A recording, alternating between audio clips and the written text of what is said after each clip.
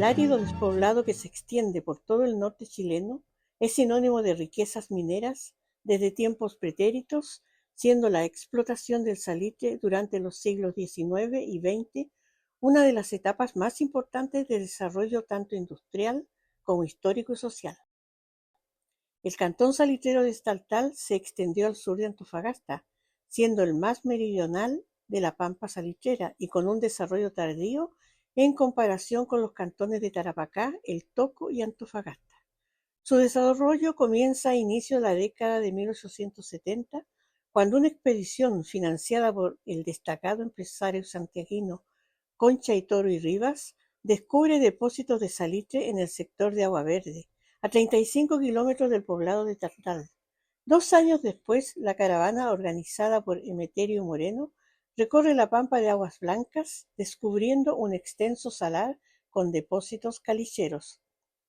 De esta forma, comienza el interés de empresarios y del gobierno chileno por el extenso terreno existente al interior del puerto de Taltal, iniciando estudios sobre la calidad del salitre de la zona y así establecer la potencialidad productiva de estas vetas. Sin embargo, el empresario Daniel Oliva es el primero en producir y exportar salitre proveniente de la pampa de Taltal. Para ello, instaló una serie de oficinas como Lautaro, Santa Catalina, Bellavista y adquirió otras como la oficina Atacama. Construyó redes de agua y abrió la caleta Cascabeles como puerto por donde embarcar el salitre al exterior. En sus inicios, el trabajo productivo se hacía con el método de paradas, el cual consistía en extraer el caliche y en el mismo tiempo realizar el trabajo de cristalizado del producto mediante un sistema de bateas. El primer embarque de salitre del cantón de Taltal se realiza en el puerto Oliva en 1878.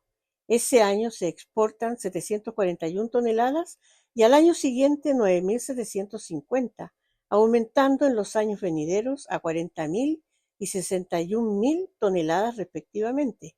Para 1882, el cantón de Taltal contaba con 19 oficinas productivas con capitales ingleses, alemanes y chilenos, principalmente. Empresas de Lautaro Nitrate Company, William Balfour, Folk and Martin, Britannia Nitrate Company, entre otras, comenzaron a escribir la historia de estas tierras.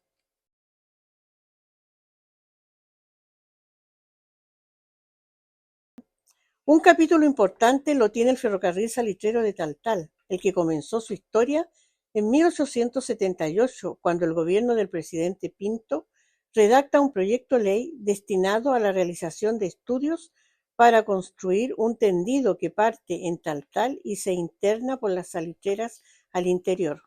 La propuesta presentada por el industrial salitrero Alfredo Quays Phalem obtiene la concesión. Sin embargo, después de una serie de inconvenientes, en 1881 traspasa este contrato y es finalmente la empresa de Taltal Railway Limited la que construye el ferrocarril. De esta manera, el 20 de octubre de 1882 se inaugura el tramo comprendido entre Taltal y Estación Refresco, el que cubre un recorrido de 81 kilómetros, pasando por las estaciones Canchas y Agua Verde y el paradero de Breas. La estación final, la estación Refresco, contaba con bodegas, casas de empleados y tornamesa. A su vez, en Taltal la empresa construyó una enorme infraestructura de 15 hectáreas, la que contaba con una maestranza, una casa de máquinas, 10 casas de empleados y la estación de pasajeros. Junto con ello se construyó un muelle a 95 metros de largo. Los trabajos de extensión de la línea férrea continuaron y en 1888 es entregada la vía que une Estación Refresco con la oficina Catalina del Norte y al año siguiente hasta el mineral Cachinal de la Sierra. Para 1890 el servicio ferroviario contaba con 289 kilómetros de extensión y unía a más de 20 oficinas, las que estaban en plena producción, alcanzando un movimiento económico inédito en toda su historia, siendo el ferrocarril el pilar de desarrollo de la industria salitrera.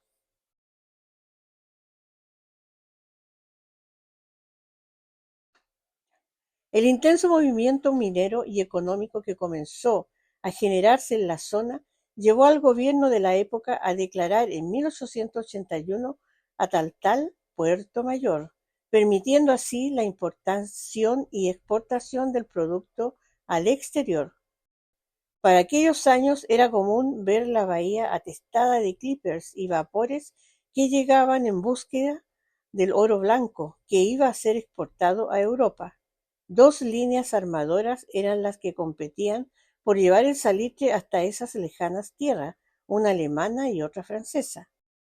La ciudad se había convertido en una verdadera torre de Babel, y muchos hombres y mujeres de diferentes partes del mundo llegaron hasta esta zona atraídos por el desarrollo económico y social que experimentaba la industria salitrera. Ingleses y alemanes se dedicaron a la instalación, administración y explotación de diversas oficinas salitreras, mientras que croatas, chinos, italianos, entre otros, fueron los encargados de todo tipo de comercio. El censo de 1907 registró en el puerto contaba con una población de 11.475 habitantes y era más del doble si se consideraba a todos los habitantes del cantón.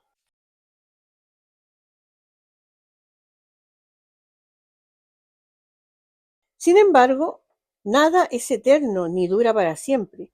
Para finales de la década de 1920, la situación cambió drásticamente.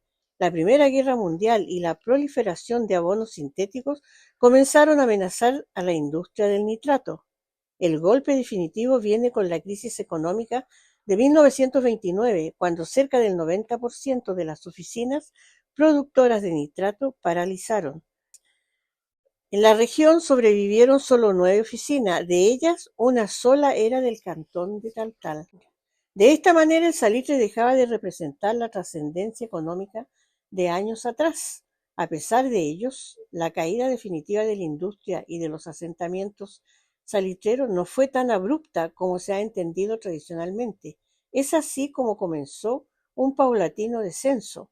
En 1961 cierra la oficina Chile, en 1966 la oficina Flor de Chile y en 1976 la oficina Alemania, los últimos centros industriales del cantón Taltal.